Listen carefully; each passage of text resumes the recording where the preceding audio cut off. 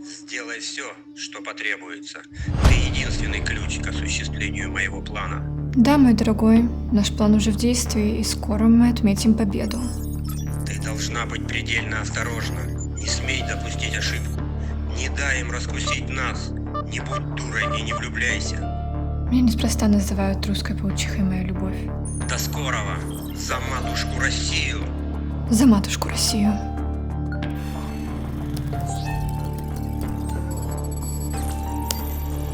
Access granted. Oh, hey, hon. Hey, who are you talking to? No, just my dad. Yeah, but when you talk to your dad, you usually say, I love you before you hang up. Yeah, he just was in such a hurry today, didn't get a chance. You know, sometimes I get like this strangest feeling that you're not really who you say you are. Baby, you're watching too many movies. Anyways, you know what I've been really wanting to do lately? What, hon? I've been wanting to recreate the opening scene, the lighting from the opening scene of The Social Network. Oh, yeah. And we could use like quasars for wide shots and CINEFOILs for close-ups. Yeah, exactly. Just like this. Oh, Oh, hey. hey. Don't think we didn't notice you over there. Yeah, we knew you were there all this time. Gone to be sneaky with us.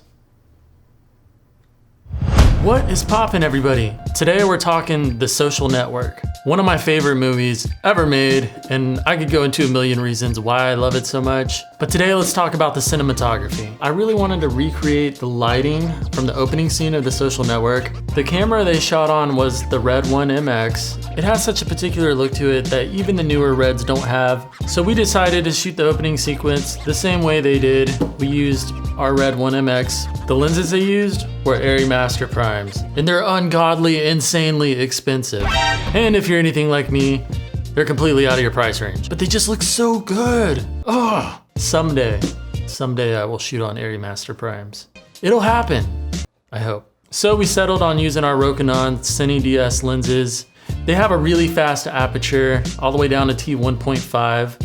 We used a 35mm on close-ups and a 24mm for mid to wide shots. I could talk about technical doodles probably forever. But let's talk about how we actually lit this. It's actually 3 different lighting setups. So let's start with the close-up of Kat. I put a light up at a 45-degree angle and it just didn't look right. We were getting a Rembrandt triangle under the cheek. But if you look here from the movie, you can see she has this really nice little loop shadow on her nose. So I used a combination of split lighting and loop lighting to get the final look. The key light was a CINEFOIL at 90 degrees, shooting through diffusion and then through another shower curtain to get that light even softer. After that, we flagged off a lot of light with some cinefoil.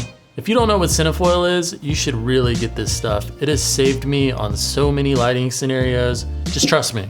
And we also flagged it off farther with some cheap black foam board that you can get from CVS or anywhere else. To get the loop shadow on the nose, we used another CINEFOIL front to the side with some 30-28 diffusion, and it worked out perfectly.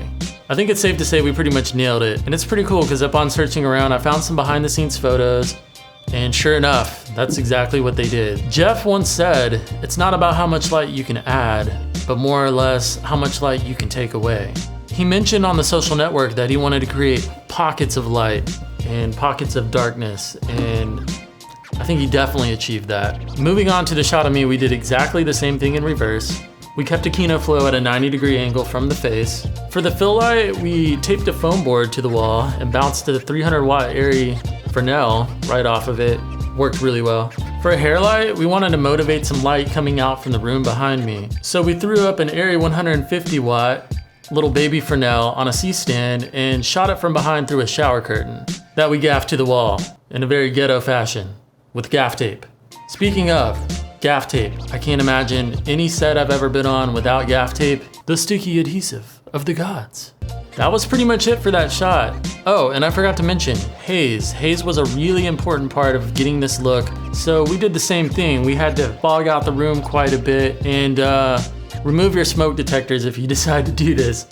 I think we got as close as we possibly could to the look of The Social Network without actually being on the set of The Social Network.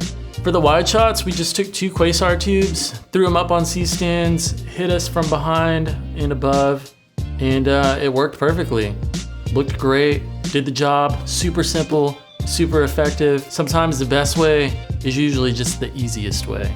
For the dialogue, we used a Sennheiser MKH50, and it's actually, I know you're gonna laugh, but it's the same microphone they use on The Social Network, but a lot of other good movies too. This dialogue mic is incredible. It has a really long track record. They used it all for the House of Cards, and that's a super dialogue heavy series on Netflix. Lastly, we had to color grade to get the same feel as The Social Network. I won't go into too much detail on the grading for the sake of this video to keep it short, but let's just say it was a lot of work. Ian Vertovec was the colorist for The Social Network, and he did just an amazing job. I would love to have a conversation with Ian someday and ask him, like, dude, how did you make this movie look so green and yellow but still natural? The guy's a genius colorist. And with all that said, that is how I recreated the lighting from The Social Network. I hope you guys enjoyed it, or at least found it useful. Click that like button if you dug this video, drop me some comments. I won't harass you like everyone else to subscribe to our channel, but I won't be mad if you do. Oh, one thing I forgot to mention. Between the shots of me and Kate, I actually had to move the table like 5 feet over for her shots and another 5 foot over back for my shots because the wall behind her looked horrible. Absolutely horrible. It was like a blank wall and it didn't look good. So don't be scared to do that, because remember, when you're blocking scenes, you're not just blocking the shot of the character. The background is just as important. So don't be scared to do that. For the wide shots, didn't matter. And you would have probably never guessed unless I just told you. So anyways, peace guys.